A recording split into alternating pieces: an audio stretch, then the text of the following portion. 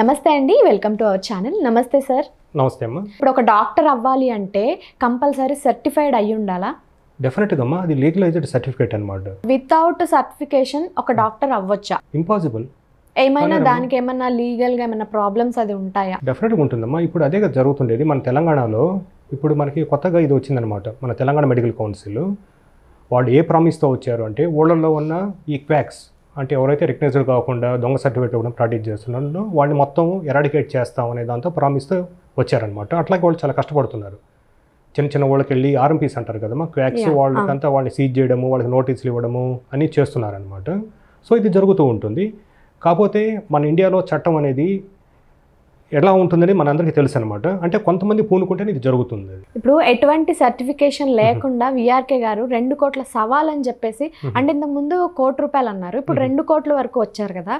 మరి ఇప్పుడు ఆయన మీద ఎటువంటి సర్టిఫికేషన్ లేకుండా ఇట్లా ఒక మెడికల్ ఫీల్డ్లో ఆయన ఉన్నప్పుడు ఆయన మీద ఎటువంటి లీగల్ నోటీసులు ఇలా ఏమి ఉండవా సార్? ఇందుకే ఆయన క్వాలిఫికేషన్ ఏంటమ్మా? బేసిక్ ఏం చదువుకున్నాడు? ఎంబీబీఎస్ డాక్టర్ ఆయన కాదు సార్, అకౌంటెంట్ అని.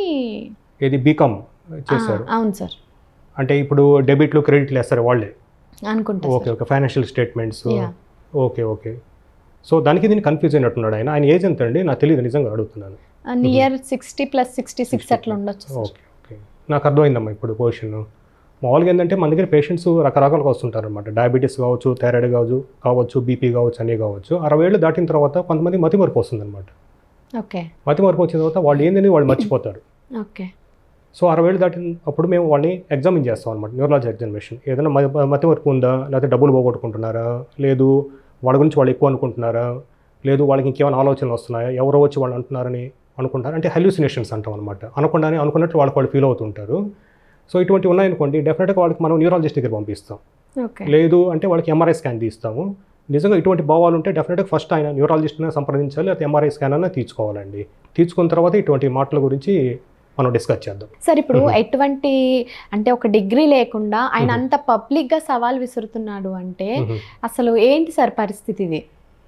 ఇప్పుడు ఒకవేళ ఆయనకి ఇది సర్టిఫికేషన్ లేదు, ఒకవేళ ఆయన మీద ఏమైనా కేసు, ఇప్పుడు డెఫినెట్గా ఊళ్ళల్లో మీరు అన్నట్టు ఏమైనా వీళ్ళు చిన్న చిన్న డాక్టర్స్ ఎవరైతే సర్టిఫైడ్ లేరో వాళ్ళకి సీజ్ చేసేస్తారు. మరి ఈయనకి అటువంటి పరిస్థితి అనేది ఏది లేదు, ఎందుకంటారు? అంటే నిజంగా సర్టిఫికేట్ లేని వాళ్ళని చర్యలు తీసుకోవాల్సింది మన ప్రభుత్వం అనమాట. దాని minister of human and family welfare ఉంది, మనకి హెల్త్ మినిస్టర్ ఉన్నారనమాట. సో మా సైడ్ నుంచి అలోపతి నుంచి చర్యలు తీసుకోవడానికి తెలంగాణ స్టేట్ మెడికల్ కౌన్సిల్ ఒకటి ఉంటుంది. తర్వాత ప్రైవేట్ ఆర్గనైజేషన్ ఐఎంఏ ఉంటుంది, ఇండియన్ మెడికల్ అసోసియేషన్. వీళ్ళ సొసైటీల ద్వారా నోటీసులు పంపించవచ్చు ఎవరైతే అన్రెకగ్నైజ్డ్గా ఉన్నారో, ఎవరైతే క్వాక్ ప్రాక్టీస్ చేస్తున్నారు. సో ఇటువంటి వాళ్ళకి మీరు చెప్పిన వ్యక్తి అయినా సరే, ఇంకెవరైనా సరే దొంగ సర్టిఫికేట్ల కోసం ప్రాక్టీస్ చేసుకునేవాళ్ళు అనేది. సో అది అప్రోచ్ కావాల్సింది లీగల్గా పలానా సొసైటీస్ అనమాట. ఏవైతే మనం ఇంతకుముందు డిస్కస్ చేసామో అలా కావచ్చు. అదే లేడీకి సంబంధించింది అయితే, అంటే గైనకాలజీ సంబంధించి వాళ్ళకి ఒక సొసైటీ ఉంటుంది, వాళ్ళు కూడా అప్రోచ్ కావచ్చు అనమాట. అట్లాగే చిన్నపిల్లలకు సంబంధించిన ఒక సొసైటీ ఉంది. ఫర్ ఎగ్జాంపుల్ ఈ మధ్య మనం డిస్కస్ చేసాం, ఒకరిలో ఇట్లా షుగర్స్ ఇన్సులిన్ ఆపేటప్పటికి 600కు ఏడిపోయిందని మనం డిస్కస్ చేసాము. సో అటువంటి దాంట్లో ఒకవేళ తల్లిదండ్రులు ఫిర్యాదు చేస్తే దానికి సంబంధించిన పెడియాట్రిక్ సొసైటీ అంటారు దాన్ని, వాళ్ళు కూడా నోటీస్ జారీ చేయొచ్చు అనమాట. ఇట్లా రకరకాలుగా చాలా ఉన్నాయి, కానీ చాలా వాటిని మన కాలమే నిర్ణయిస్తుంది అనమాట. సార్, ఇప్పుడు ఇన్సులిన్ అంటేనే ఆ పేరు వింటేనే చెత్తలో పడేయమని వీరమాచినేని గారు చెప్తారు. అసలు నిజంగానే ఇన్సులిన్ అంటే చెత్తలో పడేయాలా? అది అసలు వేస్టా? మా వీరమాచినేని ఒక వ్యక్తి పేరా లేకపోతే ఒక ఇంటి పేరా అది? ఈ మధ్య ఎందుకంటే నా దగ్గర పేషెంట్స్ ఒకరిద్దరు వచ్చారనమాట. వీరమాచినేని ఏదో పేరుతో, అంటే పేషెంట్ పేర్లు చెప్పకూడదు కాబట్టి, ఒక లేడీ వచ్చారు, ఒక జెంట్ వచ్చారు. సో ఎవరు వీళ్ళందరూ? అది ఇంటి ఒక వ్యక్తి పేరు, అది ఇంటి పేరు సార్. ఇంటి పేరా? Okay okay. ఆ ఇంటి పేరు మీద ఆయన ఫేమస్ అయ్యాడు. సో ఈ కీటో డైట్ ద్వారా. Okay okay. సో ఇప్పుడు ఆయన చెప్పేది ఏమిటంటే ఇన్సులిన్ అనేది అసలు వాడకూడదు, దాన్ని చెత్తబొట్లో పడేసేయండి అనేది. ఓకే, ఆయన ఉద్దేశంలో ఉండొచ్చమ్మా. ఎందుకంటే ఇప్పుడు మీరు అన్నారు కదా 60 ఏళ్ళు వచ్చేసాయి కాబట్టి. సో ఆ టైంలో మన మెదడులో రకరకాల అలజడులు చెలరాగుతాయి. అది కామన్ అనమాట. మతిమరుపు రావడం, చిన్న చిన్నటికి చీకాకు పడడం గమనిస్తుంటారు. చాదస్తం కూడా వచ్చేస్తూ ఉంటుంది. ఇంకా వాళ్ళు మాట్లాడితే కరెక్ట్ అనుకుంటుంటారు. సో ఆ టాపిక్ వదిలేస్తే మామూలుగా ఏంటంటే ఇన్సులిన్ అనేది, ఇన్సులిన్ మీద దాదాపు 7 నోబెల్ ప్రైజెస్ వచ్చాయమ్మా. ఇన్సులిన్ కనిపెట్టిన దానికి ఫస్ట్ నోబెల్ ప్రైజ్ వచ్చిందనమాట, 4 వచ్చింది. అది ఇప్పుడు 1912లో ఆ టైంలో వచ్చిందనమాట. ఇన్సులిన్ డిస్కవరీ అని మేము ఈ మధ్య కూడా సెలబ్రేట్ చేస్తాం. అంటే దాదాపు 100 సంవత్సరాలుగా అది ఇన్సులిన్ వాడుతూ ఉన్నాము. ఇన్సులిన్ అనేది మన బాడీలో ఉండే న్యాచురల్ హార్మోన్. అది మన బాడీలో ఉండే హార్మోన్ని మళ్ళీ దాంట్లో లేనప్పుడు ఏం చేస్తారు? ఇన్సులిన్ లేనప్పుడు ఇన్సులిన్ ఇవ్వాల్సింది.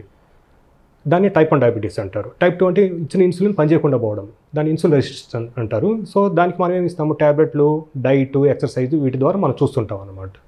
సో దాంతో కూడా కంట్రోల్ కావటం లేదంటే రకరకాల ఇంజెక్షన్స్, దాంట్లో ఇన్సులిన్ ఉంటుంది. సో ఇన్సులిన్ మీదే దాదాపు 6-7 నోబెల్ ప్రైజెస్ వచ్చాయమ్మా. ఇవి కాదంటున్నారు అంటే డెఫినెట్గా నేను ఒకసారి అంటే నా సైన్స్ నేను రివైజ్ చేసుకోవాల్సి ఉంటుంది ఖచ్చితంగా. ఇందాక మీరు అన్నట్లు అదేదో యూనివర్సిటీ కొత్తగా స్టార్ట్ చేశారన్నారు కదా, దాంట్లో జాయిన్ అయ్యి నేను కొత్త నేర్చుకుంటాను. అక్కడ మరి ఆ ఇన్స్టిట్యూట్లో చెప్పారా, మరి ఆ సార్కి నేర్పించిన వాళ్ళు చెప్పారో తెలీదు, మొత్తం ఆ ఇన్సులిన్ అంటే డస్ట్బిన్లో పడేయాల్సిందే. ఓకే, అకాడమిక్ కరికులం తెప్పించుకొని ఈ రోజు రాత్రి నుంచి నేను చదవడం స్టార్ట్ చేస్తానమ్మా. చదివి ఏ కొత్త సైన్స్ వచ్చింది ఈ రోజు రాత్రి నేర్చుకుని రేపటి నుంచి మా పేషెంట్స్ మీద కూడా అప్లై చేస్తాను. సో ఏమవుతుందో ఇంకా విఆర్కే యూనివర్సిటీ మనకి చెప్పాల్సి ఉంటుంది ఏదైనా సరే.